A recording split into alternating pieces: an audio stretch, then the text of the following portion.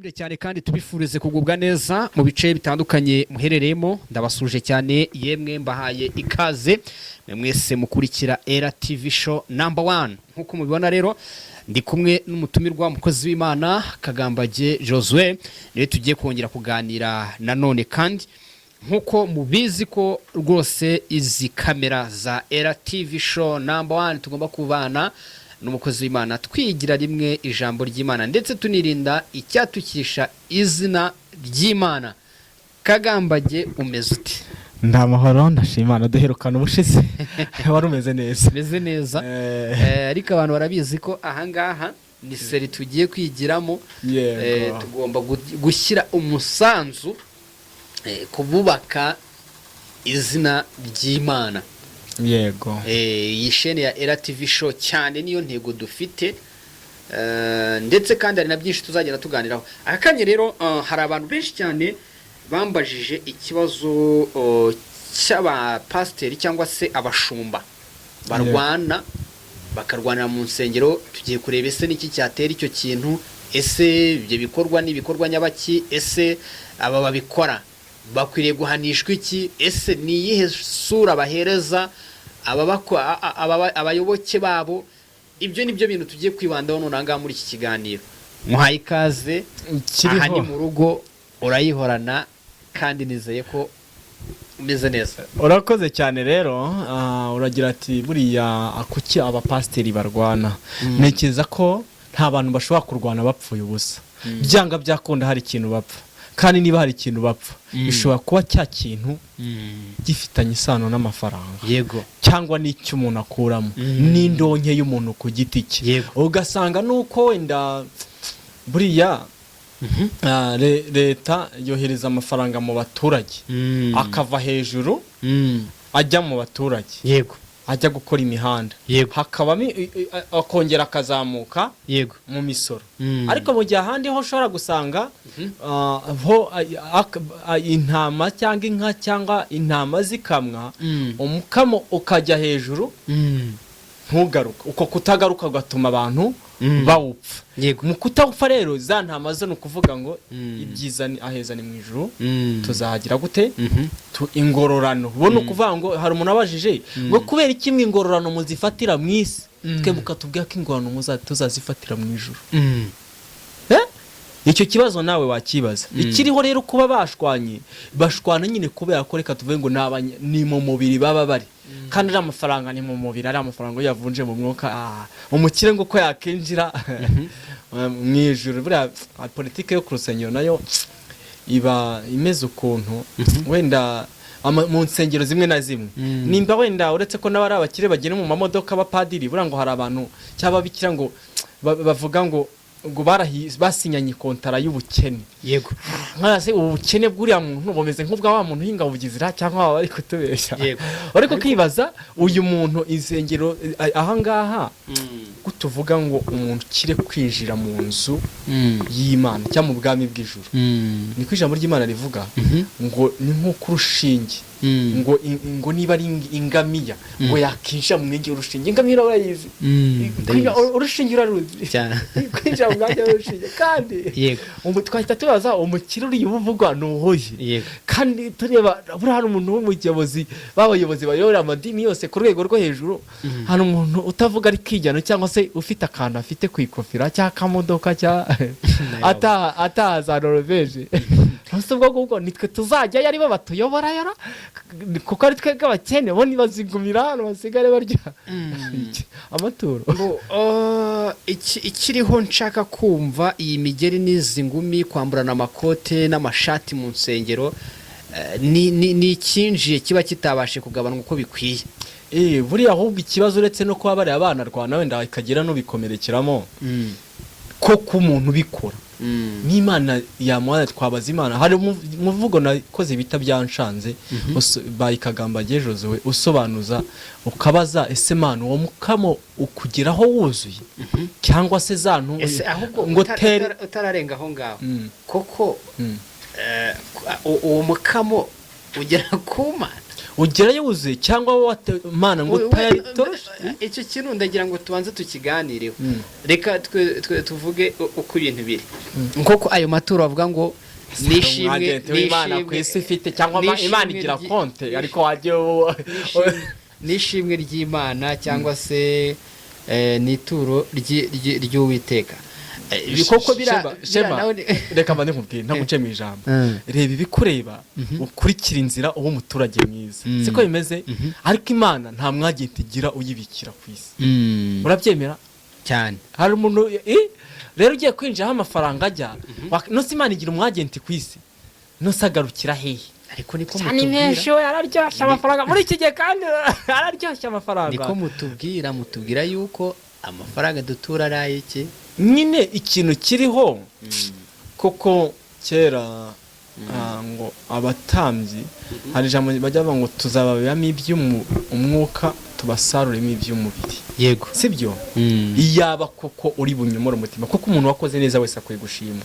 Aka kanya nje nihebye urankansorinze ungize umugibaye umukansala wanjye unyumvishije ko nubwo bitameze neza ariko ejo hari uburyo bizagenda neza. Yego koko ngize uko mbigenze. Ariko basi nawe gishyira mu rugero.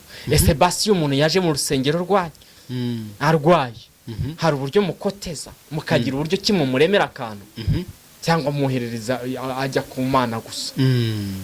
Ubona bikwiye ko aba bapasiteri bakabaye biyambura amashati cyangwa se amakote bambaye cyangwa se bakiyambura umwambaro w'Imana kubera aya mafaranga.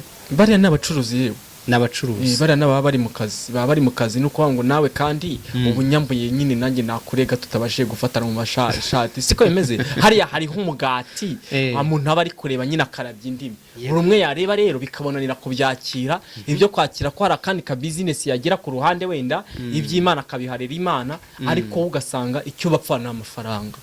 Amafaranga yabande twebwe nk'abakristo ni irihe somo twakuramo? Ndumva nta somo twakuramo.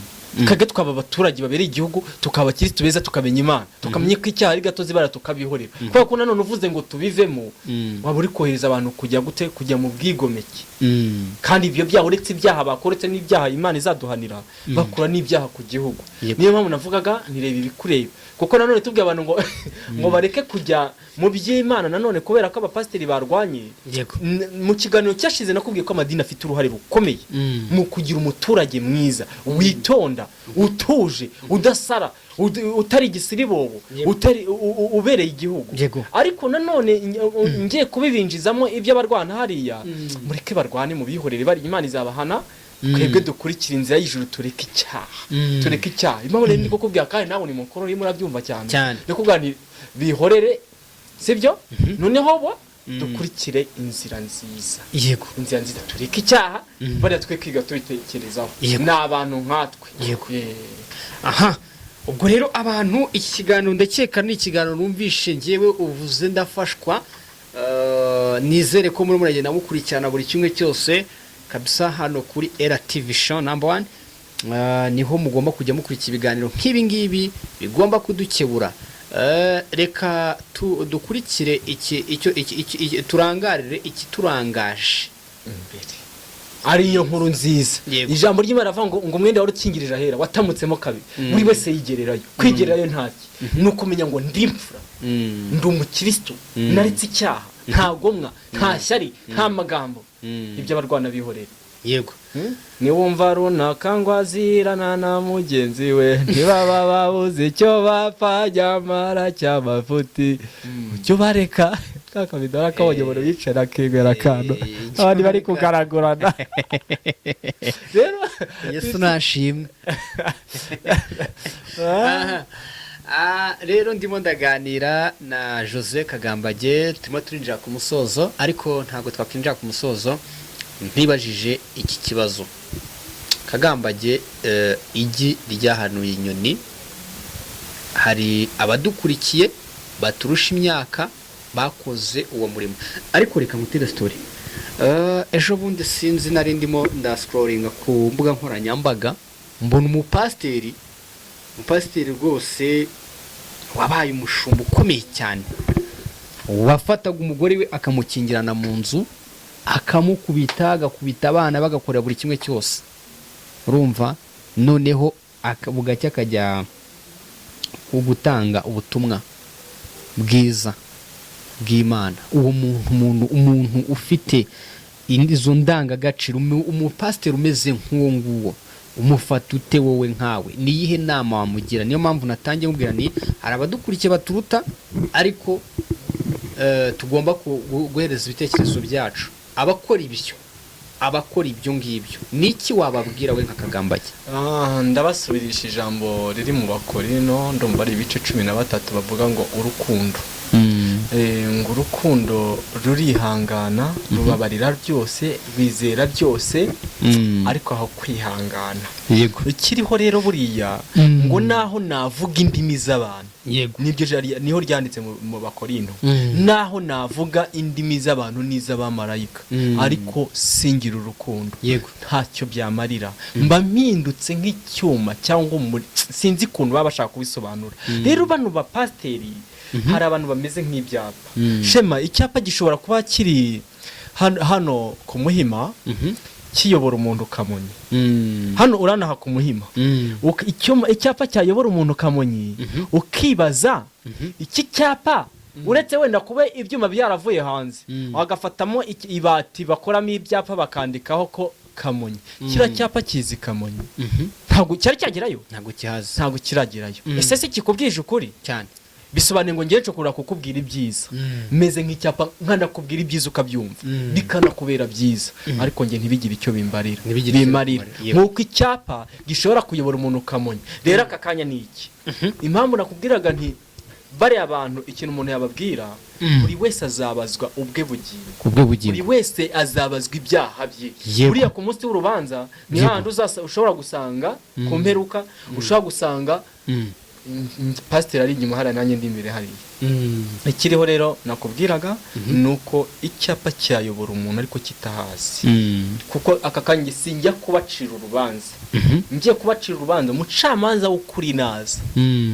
Za kutera itorosha arebe ko ibyo yatanze ngo tubimenye ko arebe ko ari byo dutora. Yego. Reka rero dushimire abadukurikiye bose. Narababwiye ngo ni EP to EP hano kuri Era TV Show. Narindi kumwe na Josué Kagambage, wakoze cyane, kandi nizere ko iki kiganiro hari abo gifashije. We gifashije rero twandikire comment, kandi mukomeze gukurikira ibiganiro bya Era TV Show. Hano kuri Era TV Show tuzatubagezaho ijambo ry'Imana, hari igisata cya politike n'abagikurikirana. Donc reka nkushimire cyane Kagambage, wakoze. Murakoze cyane.